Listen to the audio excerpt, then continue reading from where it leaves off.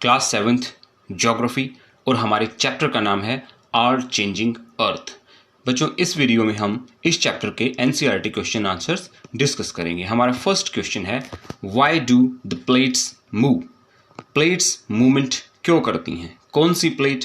वो प्लेट जिनके ऊपर टिके हुए हैं हमारे कॉन्टिनेंट्स एंड ओशियंस, है ना। तो टेक्टोनिक प्लेट्स का कंसेप्ट इस चैप्टर में है। तो ये जो प्लेट्स हैं ये मूवमेंट क्यों करती हैं? प्लेट्स की मूवमेंट के पीछे कारण क्या है? Let's see the answer. The plates move because of the movement of the molten magma inside the earth. क्योंकि अर्थ के अंदर मोल्टन मैग्मा जो है वो मूवमेंट करता रहता है और प्लेट उसके ऊपर है।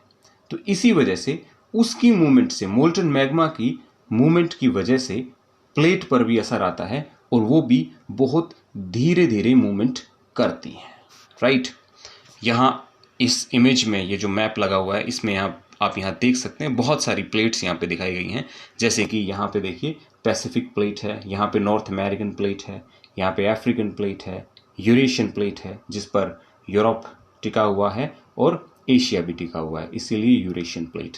तो ये बहुत सारी प्लेट्स हैं और ये प्लेट्स जो हैं इनके नीचे क्या है? Molten magma. और मोल्टन मैग्मा में क्या होता रहता है? मूवमेंट। और उस मूवमेंट का असर पड़ता है इन प्लेट्स के ऊपर, तो ये प्लेट्स मूवमेंट करती हैं। नेक्स्ट क्वेश्चन पे आते हैं। अगला है question number 2, what are exogenic and endogenic forces? Exogenic and endogenic forces क्या होती हैं? यहाँ पे इस वर्ड पे फोकस करो, एक्सोजेनिक। एक्सोजेनिक यानी कि एक्सटीरियर पार्ट में, अर्थ के आउटर पार्ट में होने वाली फोर्सेस, ठीक है। और यहाँ इंडोजेनिक यानी कि अर्थ के एंडोजेनिक यानी कि अर्थ के इनर पार्ट में अप्लाई होने वाली फोर्सेस। तो वो कौन सी फोर्सेस हैं जो एंडोजेनिक और एक्सोजेनिक फोर्सेस कहलाती हैं? Let's see the answer. पहले इंडोजेनिक फोर्सेस की हम बात करते हैं। सो इंडोजेनिक फोर्सेस अर्थ के इंटीरियर में होने वाली। The forces which act in the interior of the earth are called endogenic forces. जो अर्थ के अंदर घटित हों, जो फोर्सेस अर्थ के अंदर अप्लाई होती हैं वो सारी इंडोजेनिक फोर्सेस होती हैं।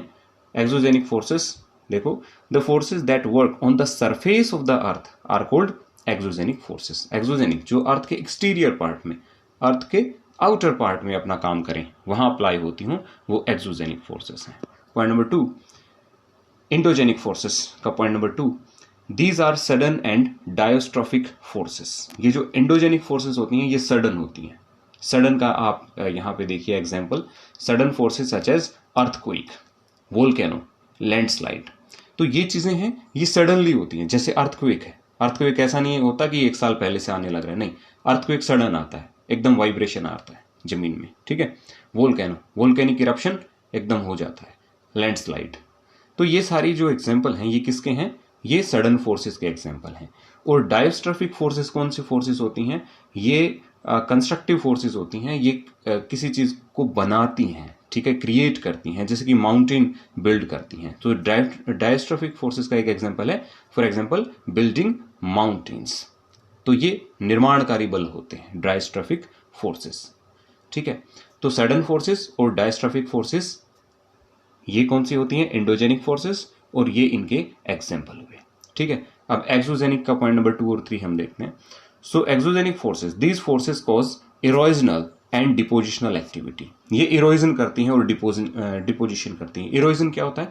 मिट्टी का कटना। जब हवा से, पानी से मिट्टी जब एक जगह से कट जाती है और ट्रांसपोर्ट हो जाती है और दूसरी जगह जाकर डिपोजिट होती है, तो इस चीज को हम क्या कहते हैं? Erosional forces and depositional. तो इरोजनल और डिपोजिशनल एक्टिविटीज किस में आती हैं? एक्सोजेनिक फोर्सेस का पार्ट है। Examples of exogenic, erosional and depositional forces are river, wind, sea waves and glaciers। तो ये इसके एग्जाम्पल है। कैसे? अब नदी जब बहती है तो अपने साथ बहुत सारा सिल्ट, क्ले ले आती है, एक जगह से काटती है, दूसरी जगह जमा कर देती है। हो गया ना इरोजनल और डिपोजिशनल एक्टिविटीज का एग्जाम्पल, है ना।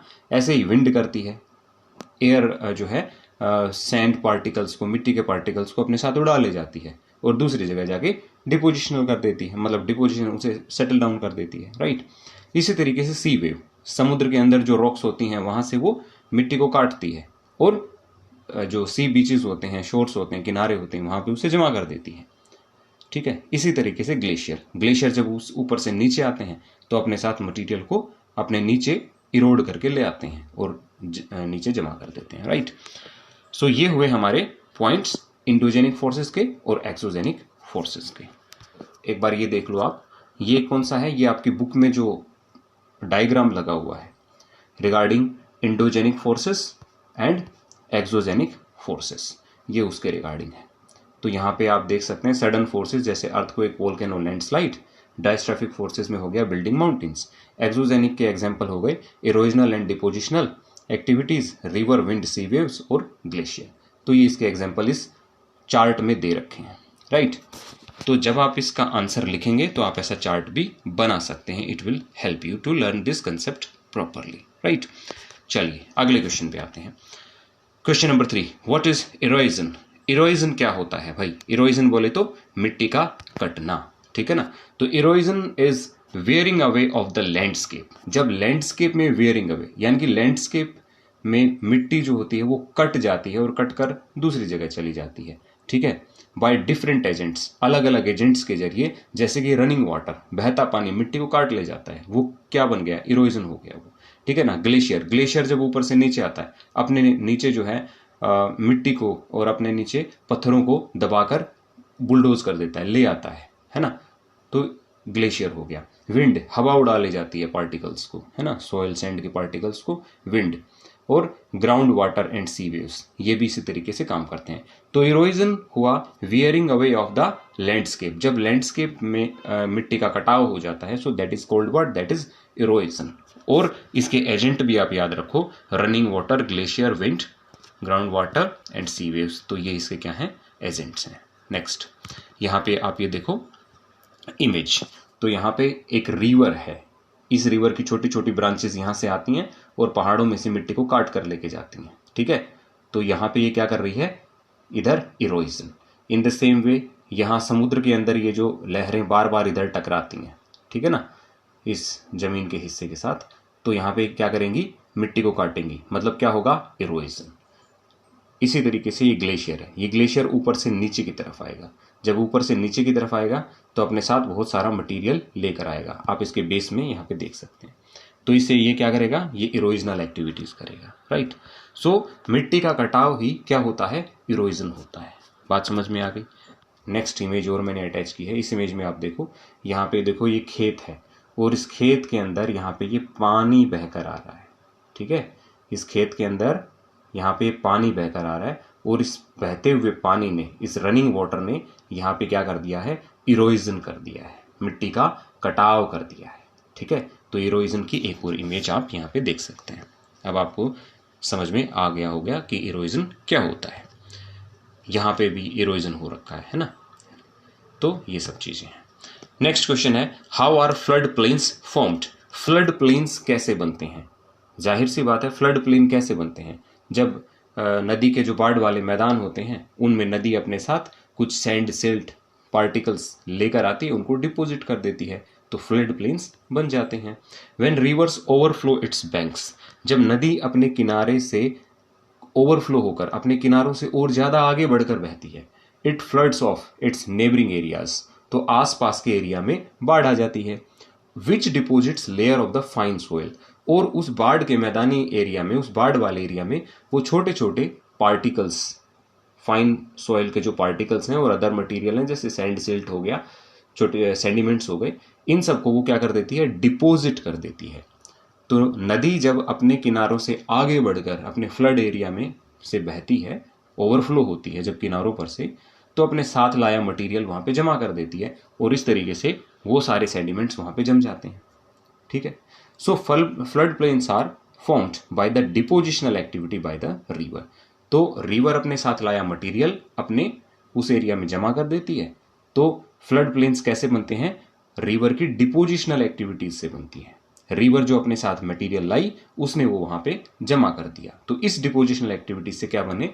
Flood planes. और ये फ्लड प्लेन्स बहुत फर्टाइल होते हैं। क्यों? हर साल नई मिट्टी आ जाती है, तो एग्रीकल्चर के लिए ये अच्छे होते हैं, फर्टाइल सोइल होती है इस रीजन में। राइट, नेक्स्ट क्वेश्चन है, what are sand dunes? Sand dunes क्या होते हैं? रेत के टीले क्या होते हैं। ठीक है, ये देखो आप, ये एक इमेज है सैंड ड्यून्स की। तो ये सैंड ड्यून्स की इमेज है, रेत के टीले आप दूर दूर तक देख सकते हो, ये हैं सैंड ड्यून्स। अब इसका आंसर भी देख लो, the low hill like structures, है ना, लो हिल लाइक स्ट्रक्चर यानी कि छोटी छोटी पहाड़ियों जैसे जो स्ट्रक्चर्स हैं जो बन जाते हैं, किसकी वजह से, due to deposition of sand at one place by the wind. जब विंड अपने साथ पार्टिकल्स उड़ा कर लेकर आए और वो उन्हें डिपोजिट कर दे, और लो हिल लाइक स्ट्रक्चर्स जब बन जाएं, तो इन लो हिल लाइक स्ट्रक्चर्स को, जो कि रेत से बने होते हैं, इनको हम क्या कहते हैं, इनको हम सैंड ड्यून्स कहते हैं। और ये जनरली कहाँ बनते हैं, डेजर्ट में बनते हैं, रेगिस्तानों में बनते हैं। ठीक है, सो लो हिल लाइक स्ट्रक्चर्स होते हैं, ठीक है, विंड की डिपोजिशनल एक्टिविटीज से बनते हैं, डेजर्ट में होते हैं, इन्हीं को हम सैंड ड्यून्स कहते हैं। आ गई बात समझ में। नेक्स्ट क्वेश्चन है, how are beaches formed, beach कैसे बनती हैं। तो sea waves deposit sediments along the shores. तो सी वेव्स जो है ना, समुद्र की लहरें जब बार बार किनारे पर आकर टकराती हैं, बार बार किनारे पर आती हैं, तो अपने साथ वो क्या लेकर आती हैं, जो भी मटेरियल लेके आती हैं, है ना, जो भी पार्टिकल्स लेकर आती हैं, उस सबको वहां पे डिपॉजिट कर देती हैं। सो सी वेव डिपॉजिट सेडिमेंट्स, जो सेडिमेंट वो अपने साथ लेकर आई शोर्स पे, किनारों पे, उसने वो वहां पे जमा कर दिए, डिपॉजिट कर दिए, और क्या बन गई, बीचेस बन गई। इस तरीके से बीच बन जाती हैं। यहाँ पे कुछ इमेजेस देखिए, ये देखो, यहाँ पे ये लहर आ रही है, ये लहर आ रही है, और ये लहर अपने साथ जो भी पार्टिकल्स लेकर आएगी सैंड के, सिल्ट के, वो यहाँ पे जमा करती रहती है, यहाँ पे इस एरिया में तो जमा करती रहती है, तो यहाँ पे एक बहुत शानदार जगह बन जाएगी, है ना, इसको हम क्या कहेंगे, बीच कहेंगे। तो इस तरीके से बीच की फॉर्मेशन होती है। यहाँ पे आप एक और इमेज देख सकते हो, है ना, तो यहाँ पे ये लहरें आती रहती हैं और ये मटेरियल को जमा करती रहती हैं, पार्टिकल्स को। ठीक है, तो यहाँ पे बीच बन जाती है। नेक्स्ट क्वेश्चन है, व्हाट आर ओक्सबो लेक्स। ओक्सबो लेक्स क्या होती हैं।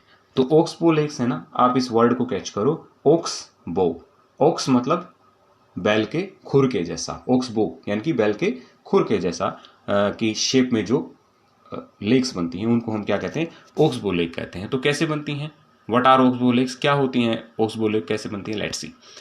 When the meander loops is cut off, जब मेंडर होते हैं, है ना, जब नदी में, ये देखो, ये जो नदी के अंदर ये जो स्नेक लाइक स्ट्रक्चर बना हुआ है ना, ये जो स्नेक लाइक स्ट्रक्चर है, तो इस सांप जैसे स्ट्रक्चर को मेंडर बोलते हैं, हिंदी में इसे विसर्प भी बोलते हैं। ठीक है, तो ये जो मेंडर के जो लूप्स होते हैं, जब ये कट ऑफ हो जाते हैं मेन रिवर से, ये देखो, एक टाइम था जब ये नदी यहाँ से इस तरीके से बह रही थी, लेकिन वक्त के साथ जब रिवर के अंदर वाटर का फ्लो जब कम हुआ, जब फ्लड का टाइम चला गया और वाटर का फ्लो कम हुआ, ठीक है, तो नदी ने अपना कोर्स नैरो किया या अपना कोर्स चेंज किया, अपना रास्ता चेंज किया।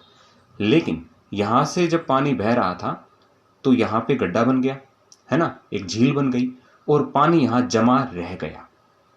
तो इस तरह की जो लेक्स बनी, जो इस तरीके की ओक्सबो, है ना, गोखुर झील भी हिंदी में बोलते हैं, तो इस तरह की जो झील बनी, इसको हम क्या बोलते हैं, ओक्सबो लेक बोलते हैं। ठीक है, तो ये जो मेंडर लूप्स हैं, ये कट ऑफ हो जाते हैं मेन रिवर से and form cut off lakes, और कट ऑफ लेक बनाते हैं। लेकिन इनकी जो शेप है ये ओक्स के बो जैसी होती है, तो इसलिए इन कट ऑफ लेक को हम ओक्सबो लेक कहते हैं। इमेज आपके सामने है। ठीक है, नेक्स्ट फिर हम एमसीक्यूज पे आ जाते हैं। तो एमसीक्यूज, फर्स्ट एमसीक्यू है, which is not an erosional feature of sea wave. Sea wave का इरोजनल फीचर कौन सा नहीं है।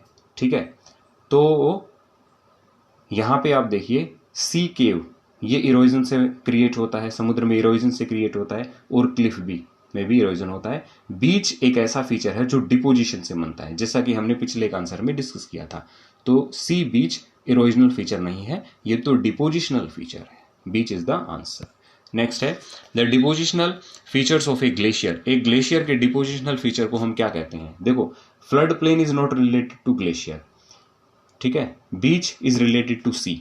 ये आ गई मोरेन्स। मोरेन्स जो कंकर पत्थर जो ग्लेशियर अपने साथ लेकर आता है और नीचे जमा कर देता है, उन्हें क्या बोलते हैं, ग्लेशियर मोरेन्स बोलते हैं। तो moraine is the answer. Next, which is caused by sudden movement of the earth. Earth की सडन मूवमेंट से क्या होता है, ठीक है, तो फ्लडिंग धीरे धीरे होता है, फ्लड प्लेन्स भी धीरे धीरे बनते हैं, volcano is a sudden movement.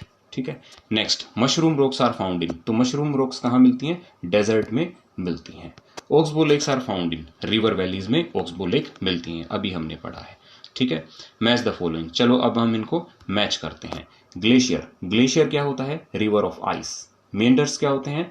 Reverse में क्रिएट होते हैं। बीचेस शीशोर्स पे बनती हैं। सैंड ड्यून्स डेजर्ट में होते हैं। वाटरफॉल्स हार्ड बेड रॉक की जगह पे बनते हैं। और earthquake sudden vibrations of earth होती हैं।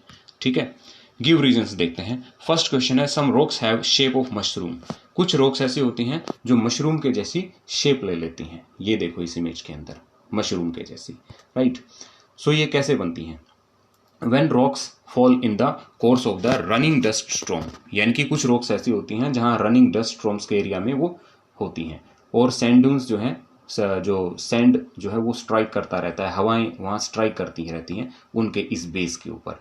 तो यहाँ से पार्टिकल कट ऑफ हो जाते हैं, लेकिन ऊपर का पार्ट हार्ड रॉक होने की वजह से या वहाँ हवा कम होने की वजह से वो उसका जो टॉप है वो ब्रॉड रहता है। तो इस वजह से अपर पोर्शन ब्रॉड रहता है और नीचे इरोजन हो जाता है। तो इस तरह की जो शेप है वो मशरूम की शेप ले लेती हैं, जो रॉक्स हैं वो मशरूम की शेप ले लेती हैं और ये क्या बनती हैं? मशरूम रॉक्स क्रिएट हो जाती हैं। नेक्स्ट क्वेश्चन है flood plains are very fertile. बिल्कुल फर्टाइल होंगे, क्योंकि फ्लड प्लेन्स में एवरी ईयर फ्लड की वजह से नए पार्टिकल्स, नए सैंड, नया सिल्ट जमा हो जाता है। ठीक है, तो इस वजह से वो बहुत फर्टाइल होते हैं, है ना। Flood plains are usually very fertile agricultural areas because floods carry nutrient rich silt and sediment, है ना। न्यूट्रिएंट रिच सिल्ट वहाँ जमा होता है, सेडिमेंट वहाँ जमा होता है और सारे एरिया में डिस्ट्रीब्यूट हो जाता है और इस एरिया को बहुत फर्टाइल बनाता है एग्रीकल्चर के पॉइंट ऑफ व्यू से, राइट। नेक्स्ट है हमारा question sea caves are turned into stack. Sea cave stack में कन्वर्ट हो जाते हैं। क्यों हो जाते हैं? ये देखो यहाँ पे सी केव है, इधर जब बार बार सी वेव्स यहाँ स्ट्राइक करते रहेंगी तो यहाँ पे फिर क्या बनेगा? सी आर्च बनेगा। जब ये सी आर्च और ज़्यादा बड़ा हो जाएगा तो जो ग्रेविटी की वजह से अपर पोर्शन, इसकी जो रूफ है वो गिर जाएगी और क्या बनेगा? स्टैक बन जाएगा। इधर और इधर सी स्टैक बनेगा। तो इस तरीके से क्या बन जाता है? सी स्टैक बन जाता है। सी केव जो है वो सी स्टैक में कन्वर्ट हो जाती हैं। आंसर आपके सामने है। Sea wave strike at the rocks और एज ए रिजल्ट क्या जनरेट होता है? इसमें एक होलो जनरेट होता है, केव्स बन जाती हैं। केव्स में जब बार बार सी वेव स्ट्राइक करती रहती हैं तो उसके बाद फिर सिर्फ जो रूफ वाला पोर्शन है बाद में जब सी आर्च बनता है, सी आर्च का रूफ वाला पोर्शन जब ग्रेविटी से गिर जाता है तो स्टैक्स में कन्वर्ट हो जाता है। Buildings collapse due to earthquakes. Very simple, earthquake से बिल्डिंग वो कोलैप्स होती हैं जिन बिल्डिंग्स में अच्छा मटेरियल नहीं लगा होता, स्टील अच्छे से नहीं लगा होता। ठीक है, तो most buildings are not built earthquake proof.